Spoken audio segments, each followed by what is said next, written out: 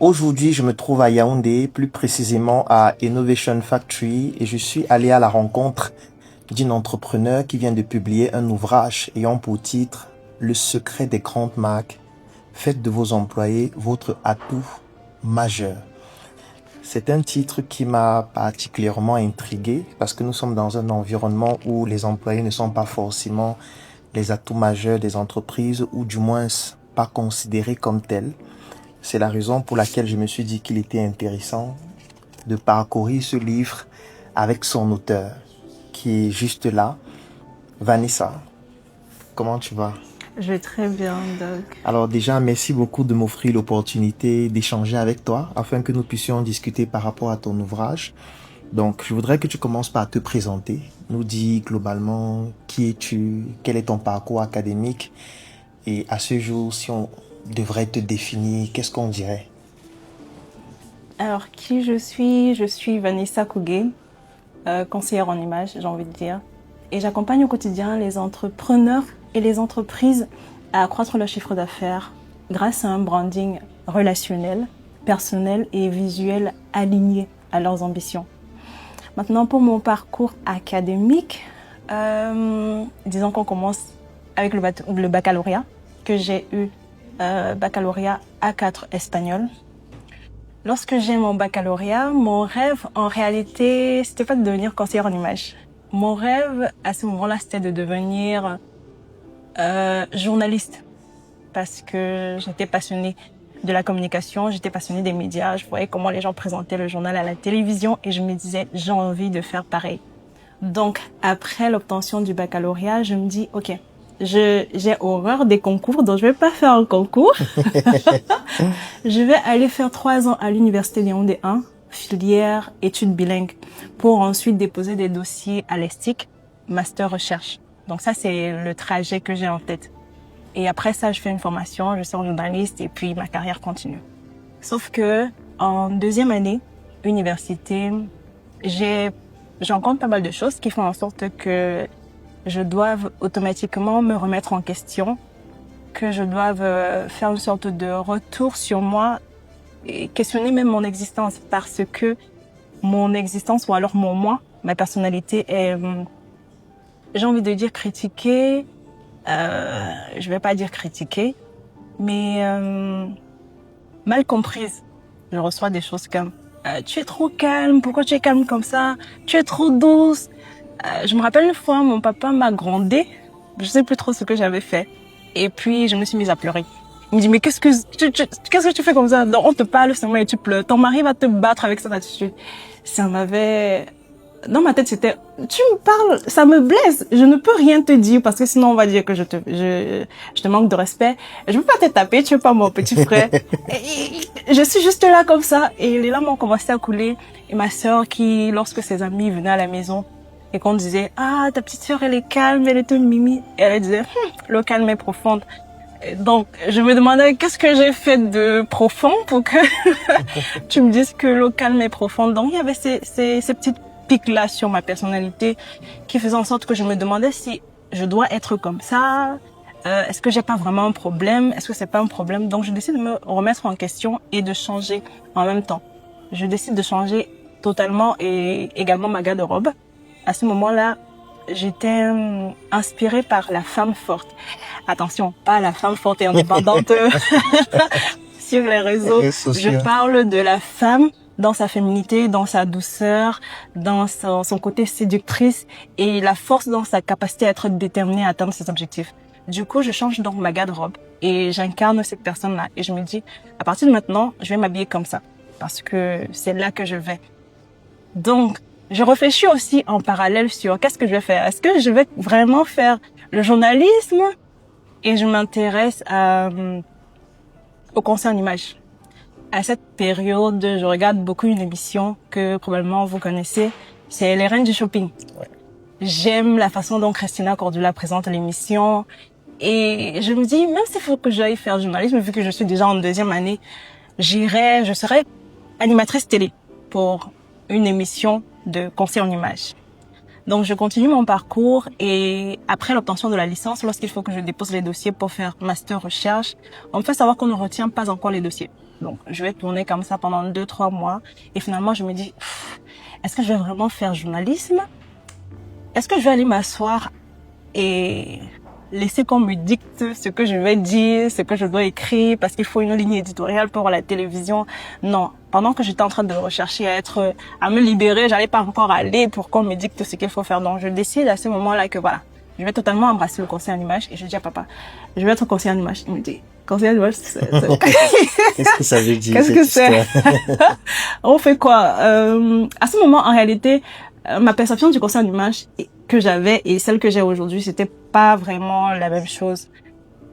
Moi, je voyais Christina Cordula, je voyais conseil vestimentaire en réalité.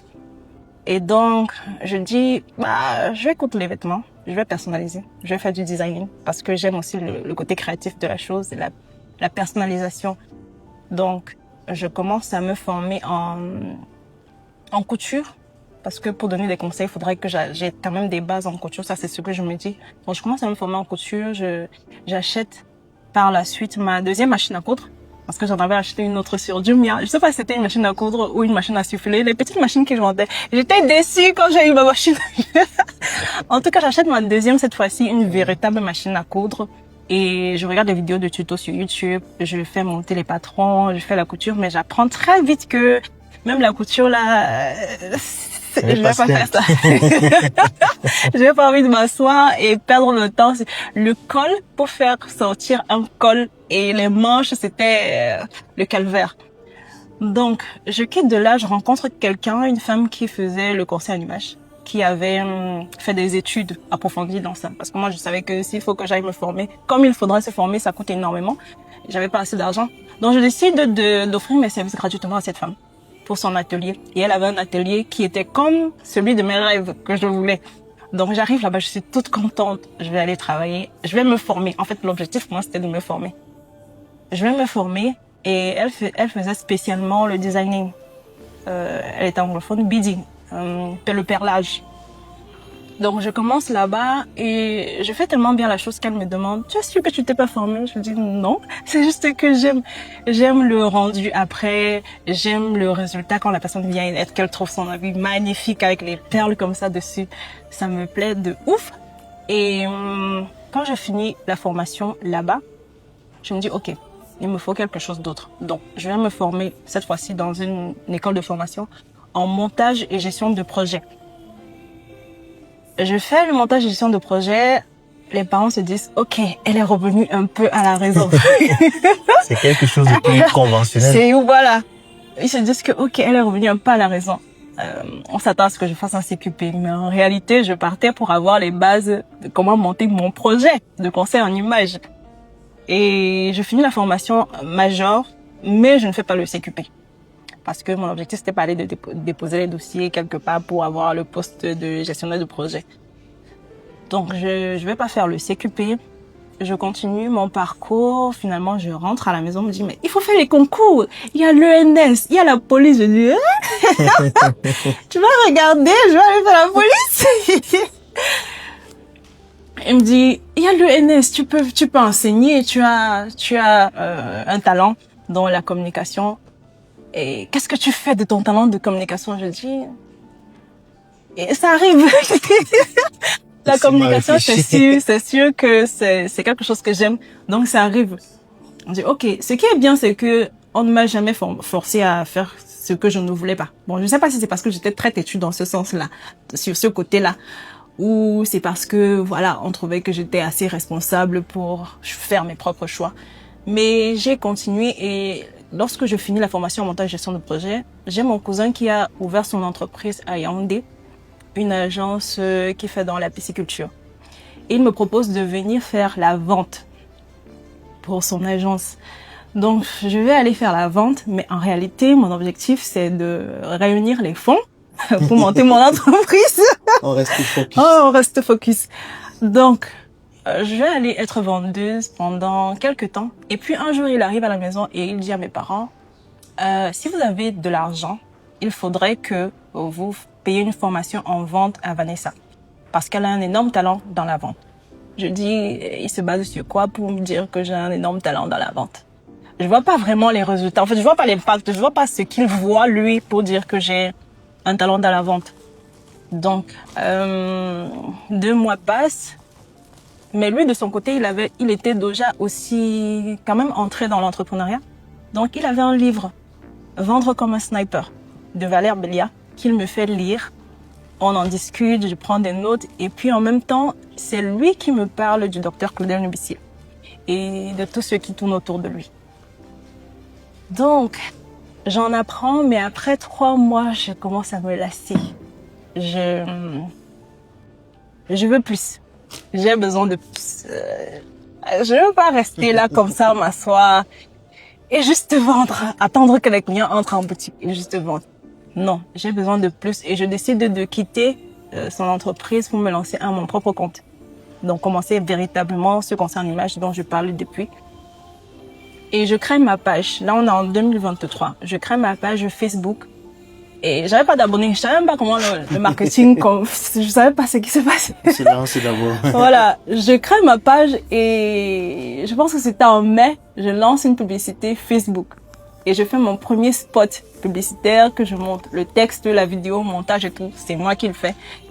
Les résultats, j'ai eu des prospects qui appréciaient ce que je proposais, qui appréciaient l'approche de vendre des vêtements et avoir la possibilité de personnaliser leurs vêtements. Parce que c'était ça le service. Donc, vous pouvez acheter des vêtements. Ça veut dire que je savais quel était le couloir à Mokolo pour aller acheter les vêtements, les friperies premier choix.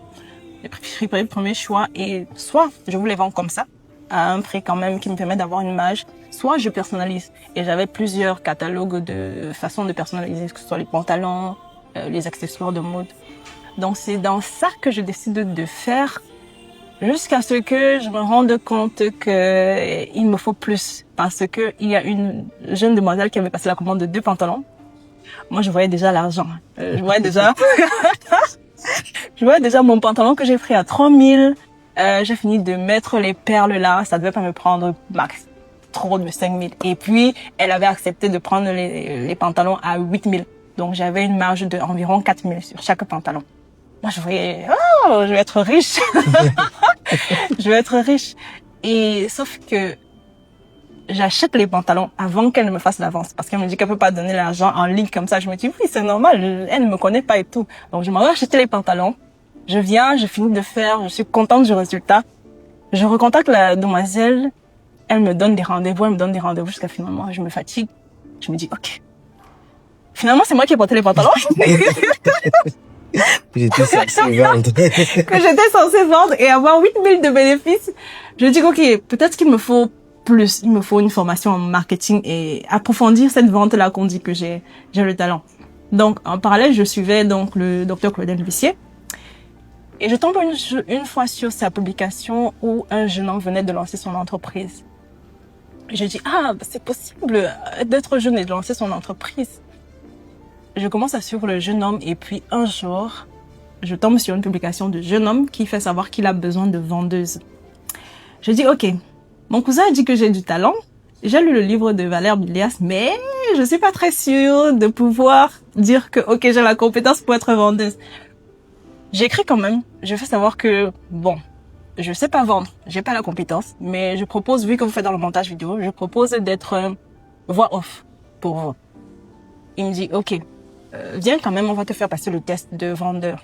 Et puis, si ça ne donne pas, on verra comment faire. Je viens, je passe le test, et ça se passe plutôt bien. J'ai des rendez-vous de paiement, même si le challenge le jour même c'était d'avoir une vente, mais j'ai des rendez-vous de paiement. Et puis, au fur et à mesure, avec les formations, tout se passe bien. Sauf que, la majeure partie du temps, lorsque je contacte quelqu'un, il est plus concentré sur « Ah, tu as une jolie voix, tu parles bien ». Et la remarque qui venait toujours, c'était « Est-ce que c'est Polyane qui t'a formé ?» Je dis « Polyane, c'est qui ?» Qui est Polyane? Polyane, c'est qui? Non, c'est pas Polyane qui m'a formé. Et tellement c'était récurrent que j'ai fini par chercher qui est ce Polyane qu'on dit qu'il m'a formé. Donc, je me rends compte que c'est The Voice de Afrique francophone. Je dis « peut-être que finalement, je pourrais utiliser cette voix pour vendre et peut-être que finalement, ça pourrait donner quelque chose. » Les résultats ont suivi, que ce soit dans le cercle de l'entreprise ou même les personnes qui étaient autour, parce que je rappelle que l'entreprise était au sein de la Startup Academy de Yaoundé. Donc, toutes les personnes qui passaient remarquaient la voix et puis le travail aussi. Les résultats ont suivi, comme je disais. Et j'ai très vite gravi les échelons dans l'entreprise. Je rappelle également que le jour où je viens passer l'entretien, nous sommes 2. Donc, contrairement à l'autre, je sais pas pourquoi, mais à chaque fois, nous sommes 2. Donc, contrairement à l'autre, j'évolue rapidement. Je quitte de simple vendeuse, closeuse, à responsable des ventes, chargée relations clients, responsable relations clients. Et je me retrouve même en train de prendre plusieurs tâches à la fois. Pourquoi? Parce que quand j'arrive,